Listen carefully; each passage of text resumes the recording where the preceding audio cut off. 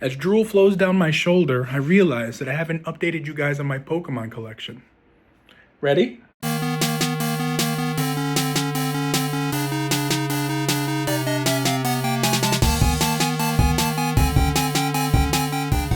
Hey, what's up everybody? So it has been a little over a year since I posted my why we need to stop enabling Pokemon Scalpers video, and I wanted to update you guys on my collection progress. Just for a quick recap in case you didn't see my last video, essentially it was about how we all need to stop enabling Pokemon Scalpers by not buying Pokemon games at these ridiculous prices. I had my own personal price points of what I was willing to pay for certain games, and I wanted to stick to that.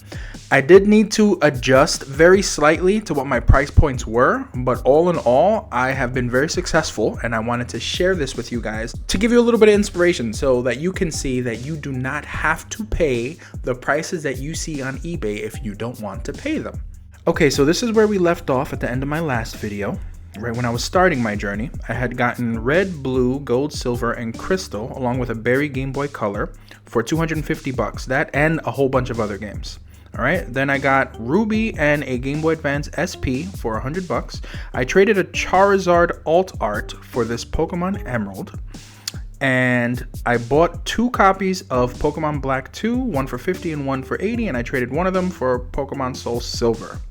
Now, a couple days after that, I was on Marketplace and I found somebody selling an original Game Boy with Tetris and Pokemon Yellow for 80 bucks.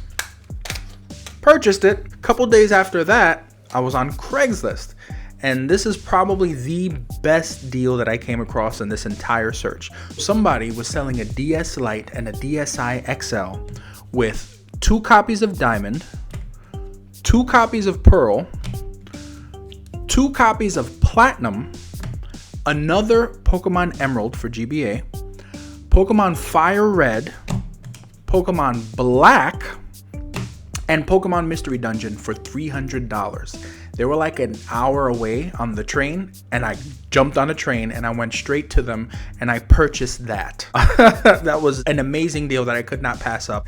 I ended up reselling the DS Lite with all of the doubles, so Diamond, Pearl, Platinum, and Emerald, for 200 bucks. I know I could have gotten more from it, but that goes against my belief of overcharging for Pokemon games. I wanted to come up with a fair price, and I thought that was pretty fair, and it sold right away. And I did make sure that they were not a reseller and that they were a genuine Pokemon fan just looking to complete their collection. I also ended up modding the DSi XL and selling that for 100 bucks, so I got all of my money back. So I got Diamond, Pearl, Platinum, Fire Red, Black, and Mystery Dungeon for free. What? Now this next one is where I had to bump up my price point just a little bit. In my last video I said $50 was my price point.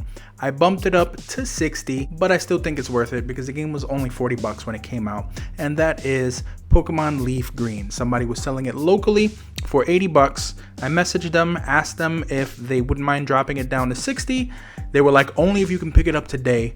And so I picked it up that day. Now there are other things in between this last one, but just to get the handheld games out of the way, the final one that I was missing that was like a 6 or 7 month wait, 3 days ago I finally got Pokemon Sapphire at my price point of $60. With this one I finally completed my GBC and GBA Gens 1 through 3 Pokemon collection. Now between those 6 or 7 months I was still busy. Remember that berry Game Boy Color that I got with the Gen 1 and 2 games? Well, I wanted to do a little DIY project. And because I was doing this project, I figured, you know what? I may as well add a little flair to it. And I did have this Game Boy Color as a kid. So I ordered this reshell and got the Pokemon Yellow Edition Game Boy Color. Not only that, but I installed a backlit LCD. Sweet. Oh, remember that Game Boy Advance SP that I got with Pokemon Ruby? I also ordered this reshell. I also picked up this Pokemon Center New York Edition Game Boy Advance, and I installed a backlit LCD on this as well. Speaking of reshells, I originally had a black DS Lite And so I ordered this reshell, but because this is super complicated, I didn't want to do all that.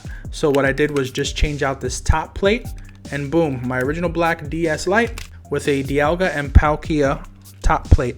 While I'm at it, I may as well show you this Pokemon Edition 2DS XL that I had. That was the one thing that I didn't sell when I had to originally sell all of my stuff. I'm showing you the collection, so I may as well just throw this in there. Now, it doesn't end there. So one of my friends who's also a retro game collector and knew that I was looking for Pokemon related games put me on to a dude who was selling a Nintendo 64 and Pokemon Stadium for 90 bucks. I didn't have a Nintendo 64 at the time, so I was like, you know what? I'll do it. Went to pick up the N64. Not only did it come with Pokemon Stadium, but it also came with 2 transfer packs, and the Pokemon Stadium that was included with it was a not for resale version, which I think is pretty damn sweet. You can find people trying to sell this online for about $200 or $300. I don't think it's worth it, but I do think it's cool to have this not for resale instead of the "this game belongs to" little sticker thing on it. So that's really cool. I ended up selling that Nintendo 64, keeping the Pokemon Stadium and the transfer packs, and I sold it for 90 bucks, exactly what I paid for it. Because the day after that, I came across somebody locally selling, give me 1 second, a Pikachu Edition Nintendo 64 with original controller with a nice firm analog stick, Hey You Pikachu, and Pokemon Snap. This was 250 bucks. Probably the most expensive thing that I purchased, but if you search for this online, people are selling it for between $300 and $400. So I had to jump on that. Now, I didn't make this video to show off my collection and brag about how I paid little to none for a lot of these games. I really made this video to give you an update and just to enforce what I originally said, that you do not have to pay ridiculous prices for Pokemon games. Okay, you can stick to your guns, you can stick to your price points and still achieve your goals. It might take some time, it might take some legwork, it might take some finagling and a little bit of luck, but you can do it. You don't have to see this game for $250 and pay for it. Because you know how much I paid for this one? I traded a Pokemon card for it. I, like many of you guys, grew up on Pokemon, and it's something that is a very cherished IP for me. I don't think Pokemon should be something for people to profit off of. The only people who should be profiting off of Pokemon is the Pokemon Company, Game Freak, Creatures Inc., and Nintendo.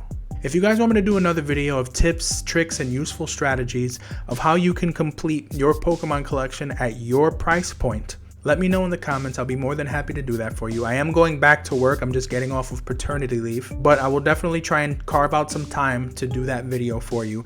And also stay tuned, because now that I got all this hardware, I'm going to be doing some really fun stuff with these Pokemon games.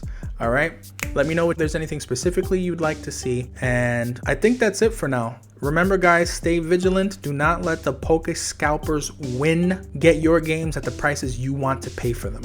Okay, so for now, peace and love, and have a great day.